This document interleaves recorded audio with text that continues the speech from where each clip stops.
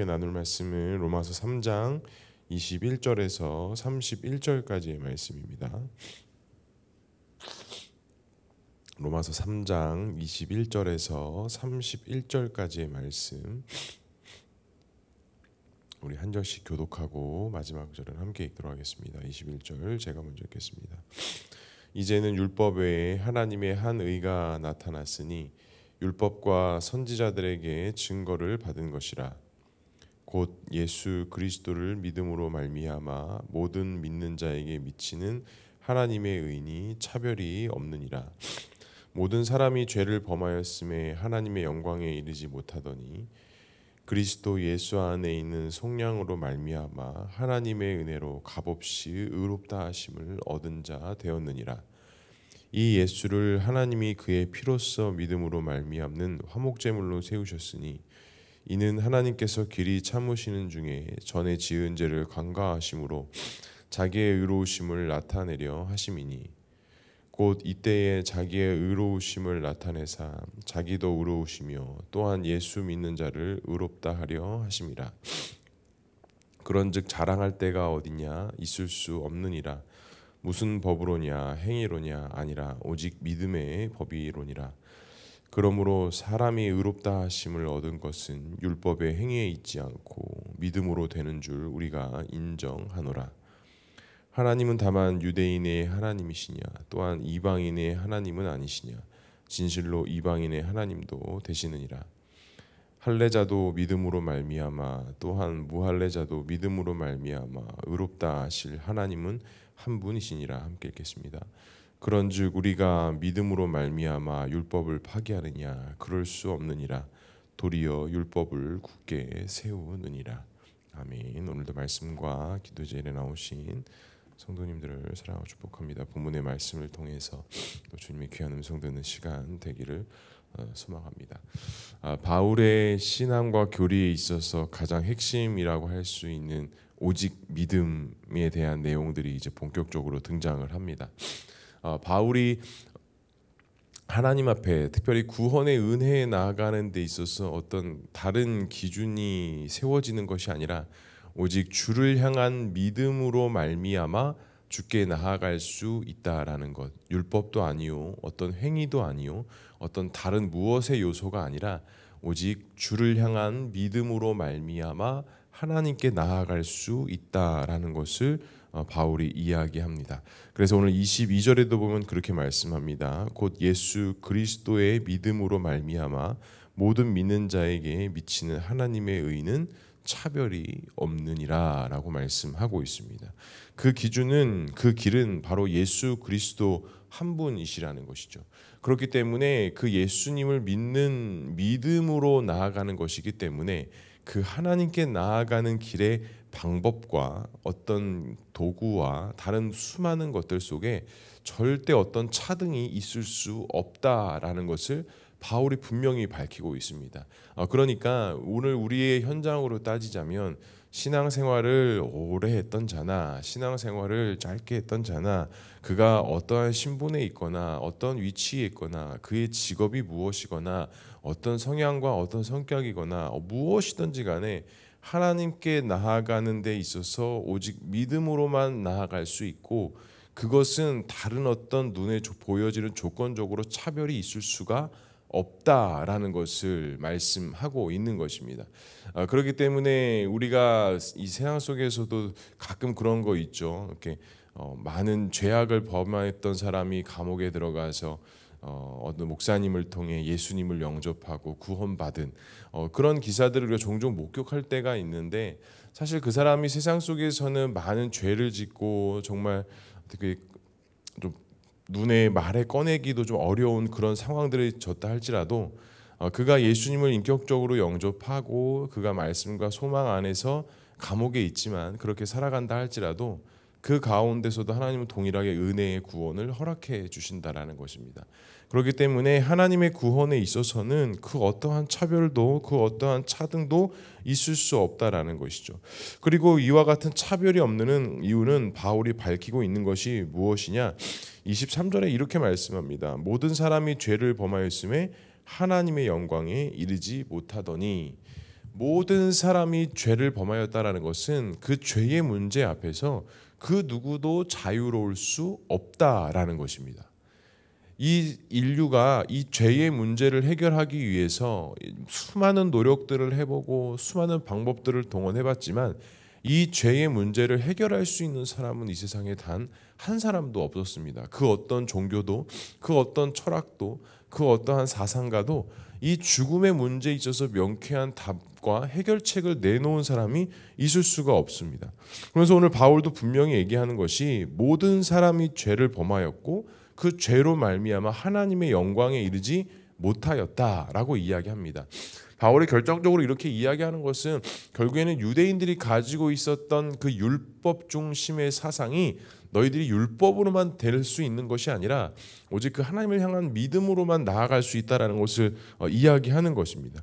그래서 이어지는 24절에도 이렇게 말씀합니다. 그리스도 예수 안에 있는 속량으로 말미암아 하나님의 은혜로 값없이 의롭다 하심을 얻은 자 되었느니라 라고 말씀하시면서 이 구원은 어떠한 조건적으로 얻어지는 것이 아니라 하나님의 전적인 선물로 주시는, 믿음을 통해 받는 하나님의 구원의 선물인 것을 바울이 이야기하고 있습니다. 어떠한 값도 필요한 것이 아니라 하나님의 전적인 은혜, 하나님의 전적인 섭리, 또한 하나님을 향한 온전한 믿음이 이 구원의 은혜를 누리게 되는 귀한 하나님의 은혜의 도구, 구원의 방법이 된다라는 것을 이야기하고 있는 것이죠.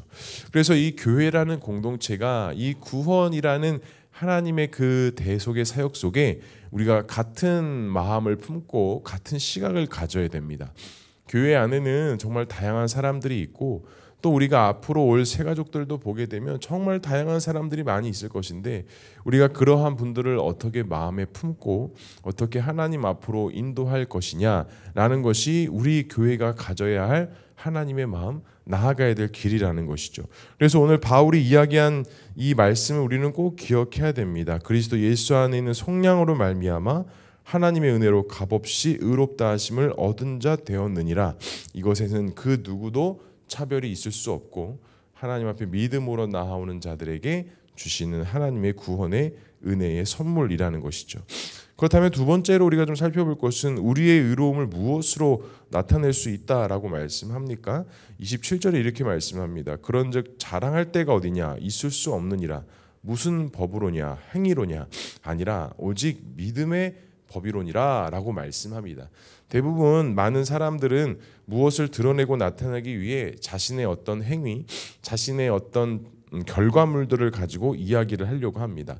여러 가지 믿음과 신앙에 있어서도 마찬가지입니다. 물론 예수님께서 나타나는 열매도 중요하다고 했고 또 여러 가지 서신서나 말씀에 보면 믿음을 통한 행위를 강조하고 있지만 결국에는 그 행위가 첫 시작이 아니라 그 첫 시작은 반드시 믿음이어야 한다라는 것입니다. 그래서 바울도 분명히 이야기하는 게 다른 법으로 나타낼 수 있는 것이 아니라 오직 믿음의 법으로만 우리의 의로움과 우리가 하나님 앞에 나아갈 수 있는 하나님의 자녀됨을 나타낼 수 있다라는 것. 결국 그 믿음이라는 것은 우리의 삶과 우리의 행위까지 연결되는 것이기 때문에 믿음이 없이는 결코 그 어떠한 행위도 그 어떠한 열매도 나타날 수 없다라는 것이죠.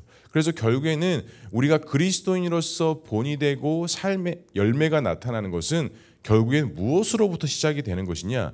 율법에 대한 규정으로부터 시작되는 것이 아니라 주를 향한 믿음으로부터 시작된다라는 것입니다. 그래서 만약에 우리의 믿음과 우리의 신앙에 열매가 없다, 열매가 부족하다라고 했을 때 우리는 그 열매 없는 것에 집중해야 되는 것이 아니라 열매 맺기 위해서 집중해야 되는 것이 아니라 그 열매를 맺게 하시는 주를 향한 그 믿음을 점검해야 하는 것입니다. 과연 주를 향한 그 주인으로 삼고 하나님 앞에 온전한 믿음으로 나아가는 삶이 내 안에 온전히 사라지고 있느냐가 먼저 점검되고 먼저 수반되어져야 되는 것이지 이 믿음이 없이 결코 어떠한 결과도 어떠한 열매도 맺혀질 수 없다라는 것이 오늘 바울이 말하고 있는 것이죠. 그래서 오직 믿음의 법, 율법의 행위가 아니라 믿음이다. 그리고 모두의 하나님이 되신다라는 것을 바울이 계속적으로 강조하고 있는 것입니다. 할례자도 믿음으로 또한 율법을 가진 자도 믿음으로 하나님은 한 분이시기에 이 모든 자들이 주 앞에 믿음으로 나아갈 때 우리가 주 앞에 온전한 소망과 그 신앙인으로 살아갈 수 있다라는 것. 그래서 바울은 분명히 마지막 절에도 밝힙니다. 그런즉 우리가 믿음으로 말미암아 율법을 파기하느냐? 그럴 수 없느니라. 도리어 율법을 굳건히 세우느니라. 이 믿음을 통해서 주께서 주신 율법이 파기되는 것이 아니라 더 굳건히 세워지는 것이다 라고 하면서 바울이 율법을 무시하거나 율법을 파기하는 자가 아니라 그 율법을 주신 하나님 앞에 온전한 믿음으로 나아갈 때에 그 어떠한 차별도 차등도 없이 하나님께서 모든 인류를 구원하시는 하나님의 은혜, 하나님의 구속의 은혜를 반드시 섭리하시고 보여주실 것이다라는 그 바울의 신학을 강조하고 있는 것입니다. 사랑하는 성도 여러분, 오늘 하루의 삶도 또 이번 한 주간의 삶도 우리가 어떠한 열매, 어떠한 결과물들을 내어야겠습니까? 우리가 많은 결과물들 또 많은 열매들이 맺혀지겠지만 꼭 기억해야 될 것은 믿음에 의해 열매는 결국에는 그 믿음으로부터 시작된다라는 것. 그리고 결국에 그 믿음은 누구를 향한 믿음이냐? 나를 향한 믿음의 확신이 아니라 우리의 생명과 주인 되어 주시는 하나님을 향한 그 믿음의 확신으로부터 우리가 시작되어진다라는 것을 기억할 때 하나님 앞에 온전히 나아갈 수 있다라는 사실을 기억하시고 오늘 하루도 그 하나님을 믿는 믿음으로써 열매 맺고 승리하고 또한 소망 가운데 나아갈 수 있는 저와 우리 모두가 될 수 있기를 주님의 이름으로 간절히 축복합니다. 기도하겠습니다. 사랑과 은혜가 충만하신 하나님 아버지, 오늘도 우리에게 주님의 귀한 은혜가 있게 하시니 주님 감사합니다. 오늘도 믿음과 소망으로 살아가는 우리 모두가 하나님 앞에 영광과 기쁨으로 살아가게 하시고 다른 어떤 율법의 기준이 아니라 하나님을 향한 온전한 믿음의 기준으로 살아가게 하셔서 그 믿음을 통한 열매 맺는 삶을 살게 하시고 그 믿음을 통해 승리하는 삶을 살아가는 귀하고 복된 하루의 삶이 될 수 있도록 주님 역사하여 주시옵소서. 또 이 시간 많은 기도의 제목 가지고 나와 함께 기도합니다. 기도하는 가운데 주님께서 응답하여 주시되 그 모든 응답도 하나님의 뜻과 방법에 따라 응답되어지게 하시고 하나님의 기쁨과 소망을 바라보며 나아갈 수 있도록 주님 역사하여 주시옵소서. 우리 교회를 붙잡아 주시고 우리 성도들의 삶과 가정 또 일터 우리 귀한 자녀들을 한 명 한 명 붙잡아 주셔서 우리가 하나님 앞에 더욱더 믿음의 반석에 굳건히 세워져 나가게 하시고 주님 바라보며 나아가는 우리 모두가 될 수 있도록 주님 역사하여 주시옵소서. 하나님께서 함께 하실 것을 믿사오며 이 모든 말씀 예수 그리스도의 이름으로 기도합니다. 아멘.